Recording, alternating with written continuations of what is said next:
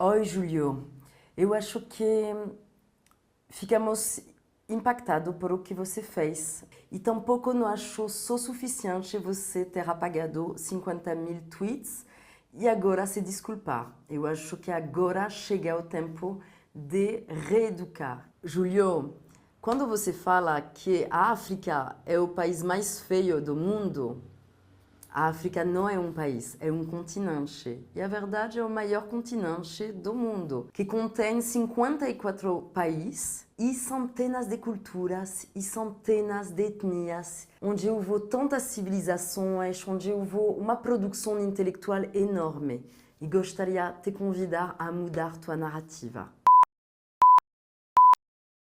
Primeiro, te perguntar, você já pode me citar um inventor negro? Ou será que na tua cabeça os negros nunca inventaram nada? Você sabia que a geladeira foi inventada por um negro? Mas também o marca-passo, a antena parabólica, o celular, o semáforo. Bom, vou parar aí. Fiz um livro, se você quiser, posso te mandar.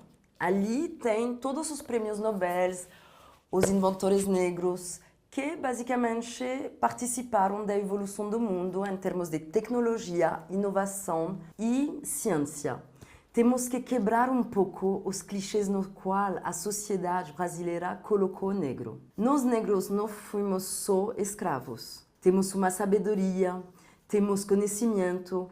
A verdade, Jorge, nesses 10 últimos anos, houve um aumento de 350% de negros nas universidades brasileiras e o resultado é que quase a metade de todos os alunos de universidades no Brasil são negros. Então, negros capacitados com doutorados, mestrados, bilíngues, têm milhares. E a prova, te convido a baixar um aplicativo que se chama Protagonizo, que desenvolvi o ano passado com o Anderson Carvalho. E hoje somos finalistas do Prêmio OI como o melhor aplicativo do ano de impacto social.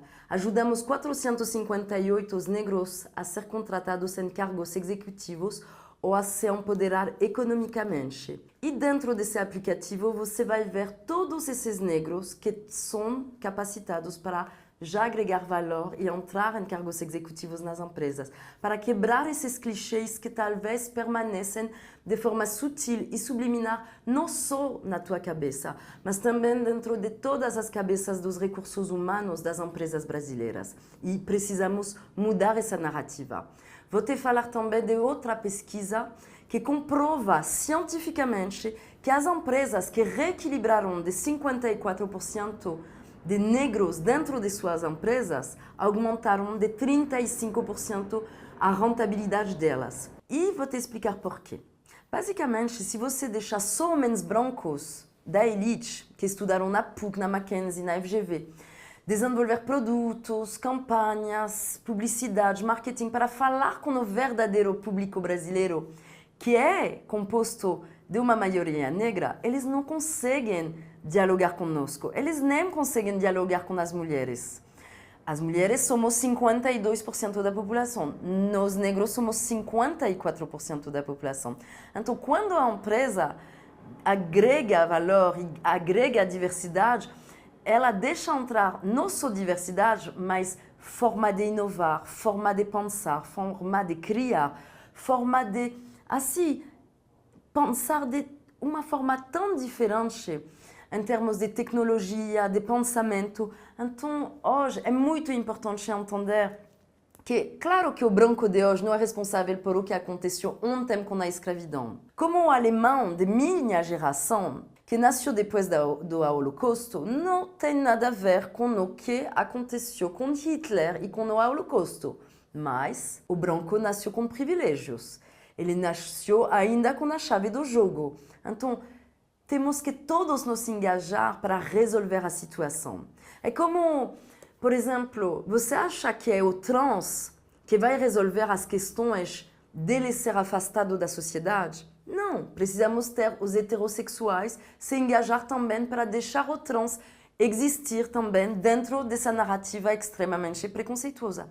Igual, como tem o He for She na ONU, ele para elas, que quer dizer os homens que se engajam para ajudar mulheres a subir na liderança e no poder do mundo, temos que ter White for Black, o hashtag White for Black. Porque se você acha que já está tudo resolvido, a verdade, vou te contar um pouco mais sobre nossa história, mas estamos muito longe de reequilibrar. E sem cotas, sem ações afirmativas, sem as pessoas se engajar sobre ser antirracista, vamos demorar 180 anos para que sem as cotas as coisas se reequilibrassem de forma orgânica. Então gostaria muito de te convidar a olhar as vídeos que vou postar para te ajudar não só a refletir sobre racismo, sobre diversidade étnico-racial, mas também como você pode empoderar através de tua rede, através de tua influência, uma nova narrativa que possa justamente agregar valor e mudar esse racismo sutil que coexiste em todos os livros didáticos do Brasil, na educação, nos desenhos animados, na televisão brasileira, no governo, no Congresso, no Senado, porque basicamente, se tem 54% de negros, por que não tem 54% de negros dentro do Congresso, do Senado, do governo, dos boards executivos das empresas? Por que tem só 4% de negros dentro da televisão brasileira e sempre no cargo da faxineira, dentro do cargo do segurança ou do criminoso?